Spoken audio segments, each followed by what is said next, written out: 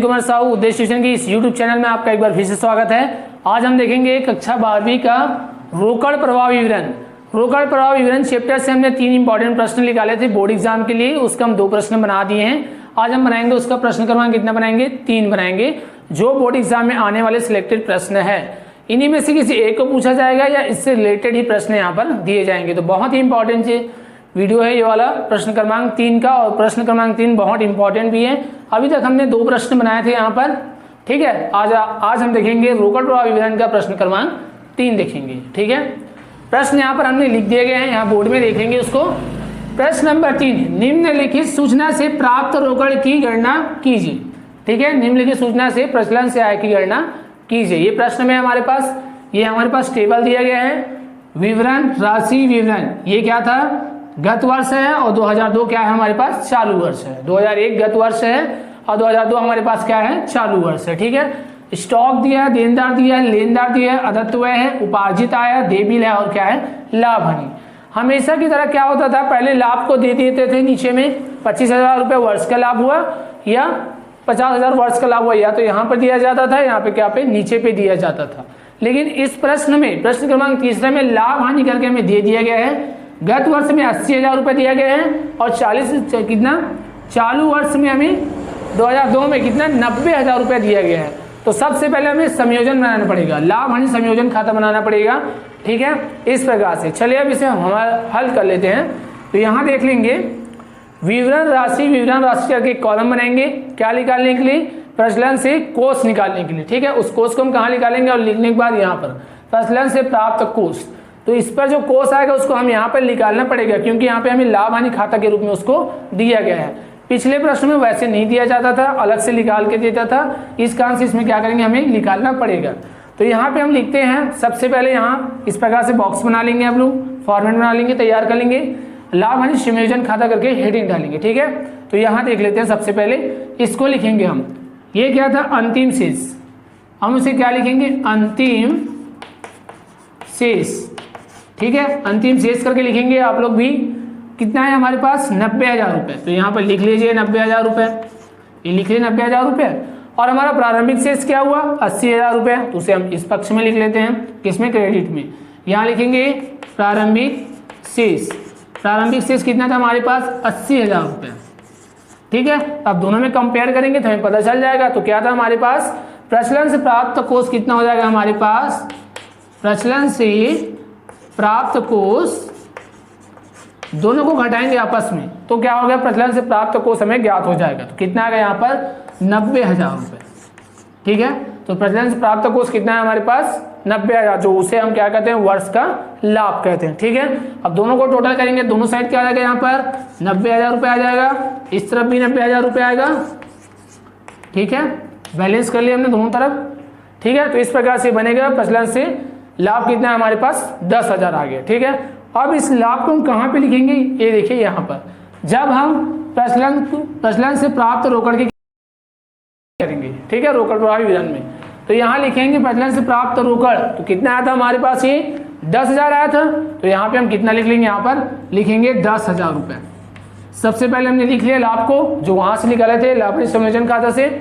अब हम देखेंगे संपत्ति और दायित्व में कमी हुई कि वृद्धि हुई, वो यहाँ देख लेते हैं हम। सबसे पहले यहाँ देखेंगे 2001 गत वर्ष और 2002 क्या था हमारा, चालू वर्ष था, ठीक है। तो स्टॉक क्या है, संपत्ति है, 60,000 रुपये किसमें था, इसमें 2001 में, वो गत वर्ष था, और चालू वर्ष में कितना था ये, 2002 में 50,000।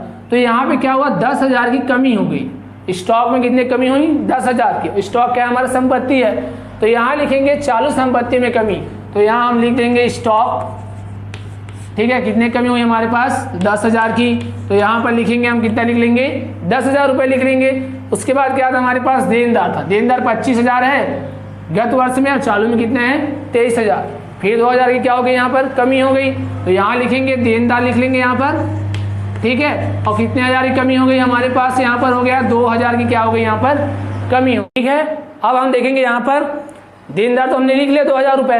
अब हम क्या देखेंगे यहाँ पर, लेनदार। लेनदार 32,000 था, यहाँ पर कितना था, 28,000 रुपये। तो लेनदार में कितनी कमी आ गई, यहाँ पर ये 32,000 है, यहाँ पर कितना था, 28,000 हो गई, यहाँ पर कमी आ गई। तो दायित्व में कमी, चालू दायित्व में कमी को कहाँ करते हैं, घटा दिया जाता है। तो यहाँ लिखेंगे लेनदार करके लिख लेंगे, लेनदार करके, और कितना लिखेंगे यहाँ पर 4000 रुपये की क्या हो गई, उसमें कमी हो गई। उसके बाद क्या था यहाँ पर अदत्त व्यय, अदत्त व्यय भी दायित्व होता है। क्या हुआ था उसमें 3500 था 2001 में और 4500 कितना था 2002 में। तो यहाँ पर 1000 की क्या हो गई, वृद्धि हो गई। तो यहाँ देखिए जोड़ेंगे, चालू दायित्व में वृद्धि को जोड़ते हैं, यहाँ पे क्या लिखेंगे, अदत्त व्यय, यहाँ लिखेंगे अदत्त व्यय लिखेंगे, और कितने की हो गई यहाँ पर 1000 की क्या हो गई थी, वृद्धि हो गई थी दायित्व में। दायित्व में वृद्धि को क्या किया जाता है, जोड़ा जाता है, और दायित्व में कमी को क्या किया जाता है, घटाया जाता है। ठीक है, ये हो गया। उसके बाद क्या था, उपार्जित आय। उपार्जित आय क्या होता है, संपत्ति होता है। ये 8000 था गत वर्ष में, और 9000 रुपये किसमें था, ये चालू वर्ष में। तो यहाँ पे क्या हुआ, 1000 की वृद्धि हो गई संपत्ति में, तो चालू संपत्ति में क्या कर देते हैं, वृद्धि को घटाया जाता है। यहाँ लिखेंगे उपार्जित, उपार्जित आय। ठीक है, उपार्जित आय में कितना हुआ यहाँ पर, यहाँ देख लेते हैं कितना, 8000 हुआ और 9, तो कितने हुआ यहाँ पर 1000 रुपये की क्या हो गई, यहाँ पर वृद्धि हो गई। ठीक है, उसके बाद है देय बिल है। देय बिल क्या होता है, ये भी दायित्व है, और यहाँ पर चालू क्या हुआ, गत वर्ष में 35,000 रुपये है और चालू वर्ष में कितना है 22,000 रुपये है। ठीक है, तो यहाँ पर 13,000 की क्या हो गई, कमी हो गई। तो यहाँ हम नीचे में लिख देंगे देय बिल, यहाँ पे लिख देंगे देय बिल करके, और यहाँ पर लिखेंगे नीचे में 13,000 रुपये। दायित्व में कितने की कमी हो गई, 13,000 रुपये की, क्योंकि देय बिल क्या आता है दायित्व में, और यहाँ पर क्या हो गई, ये कमी हो गई। ठीक है, उसके बाद क्या था लाभ हानि, जो हम यहाँ पर क्या कर लिए थे, संयोजन कर लिए थे। ठीक है, अब यहाँ पर हम बन गया, अब हम क्या करेंगे, इसको जोड़ना घटाना कर देंगे। ठीक है, इसको यहाँ से अब इसको जोड़ लेते हैं। तो सबसे पहले जोड़ेंगे, कितना होगा ये हो गया हमारे पास 10 से 2 10 2 12 12 कितना हो गया 13,000 रुपये। तो 13,000 रुपये पहले क्या कर लेंगे, यहाँ पर प्लस कर लेंगे। ये कितना हो गया 23,000 रुपये हो गया हमारे पास। ठीक है, कितना हो गया 23,000 रुपये। अब इनको टोटल करके क्या करेंगे, इसमें घटा देंगे। क्या कर देंगे, यहाँ पर घटा देंगे। तो ये कितना था 13 4 कितना हो गया, यहाँ पर 13 4 हो गया 17, 17 कितना हो गया यहाँ पर 18,000 रुपये। टोटल कितना 1000 रुपये माइनस करेंगे हम, यहाँ पर 18,000 रुपये क्या कर देंगे, यहाँ पर माइनस करेंगे। तो हमारा यहाँ पर क्या आ जाएगा, आंसर आ जाएगा। अब इसमें 18,000 रुपये माइनस करेंगे, कितना आएगा हमारे पास, राशि आएगा यहाँ पर 5,000 रुपये। ठीक है, तो 5,000 क्या हुआ हमारे पास, प्रचलन से प्राप्त रोकड़। ठीक है, यहाँ पर लिख लेते हैं उसको हम, यहाँ पर प्रचलन से प्राप्त रोकड़, प्राप्त रोकड़। ठीक है, इसको डबल लाइन से बंद कर दीजिएगा इस प्रकार से। ठीक है, ये प्रश्न यहाँ पर बन चुका है, आप लोग इसे नोट कर लीजिए। अच्छा लगा हो तो लाइक कीजिएगा और ज़्यादा ज़्यादा इसे शेयर कीजिएगा। ये 4 अंक का आता है, बोर्ड एग्जाम में हर साल पूछा जाता है, पिछले साल भी आया था।